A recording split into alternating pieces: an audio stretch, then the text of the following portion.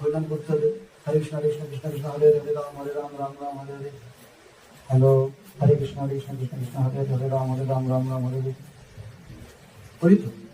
তাহলে কি বলুন তো, অনর্থ নিবৃত্তি।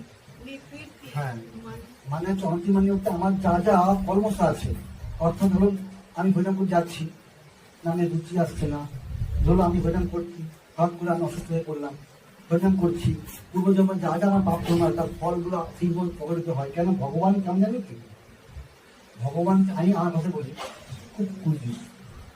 কেন জানেন? ভগবান বলে না, जो देता है जब छप्पन देता है, तो ছোট থাকে ले लेता है, বলে তো। তাই ভগবান যেটা কেমন জানি কি, দিয়ে পুরো দেবে না, ভক্ত ভগবান কেমন ওই ঠুকে ঠুকে ঠুকে ঠুকে ঠুকে ঠুকে ওই সেটা তখন খুবই শোনা, আমাদের সবাই শোনা কাজ করে। এরা শোনাতে গিয়ে আগুনে ফেলে দেয়, বলে যায়, খাতটা বাদ দেয়, তারপরে কিন্তু তাদেরটা সুন্দর করে নেয়। কিন্তু যখন অলঙ্কার বানাচ্ছে আবার খাদ দিয়ে বানিয়ে দিচ্ছে, এটা সুন্দর অলঙ্কার। তেমনি ভগবান আমাদের কি করছেন, এই সুন্দর দেহরও একটা অলঙ্কার বানিয়েছে, অনেক খাদ দিয়েছে। যখন ভগবান নিচ্ছে তখন সব খাদকে বের করে বের করে বের করে বের করে কি করছে, আমাকে এটাই বলো অনর্থ নিবৃত্তি। আর যতকাল পর্যন্ত অর্থ নিবৃত্তি না হচ্ছে, আমার ভজনের ক্রিয়া অগ্রসর হচ্ছে না। যেমন দেখবেন হরিনাম করতে করতে একদিন মনে হচ্ছে ও ভাবতে ভালো লাগছে, থাক কাল হরিনাম করবো, হরিতাম না। হ্যাঁ কিনা বলুন?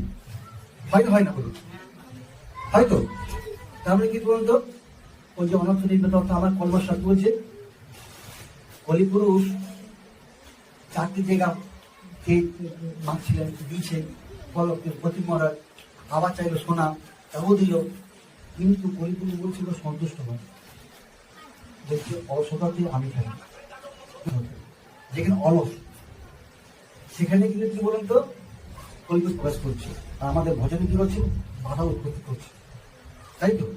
তাই অনর্থ নিবৃত্তি যতক্ষণ না হয় আমরা ভজনের যে স্বাদ প্রাপ্ত হতে হবে না।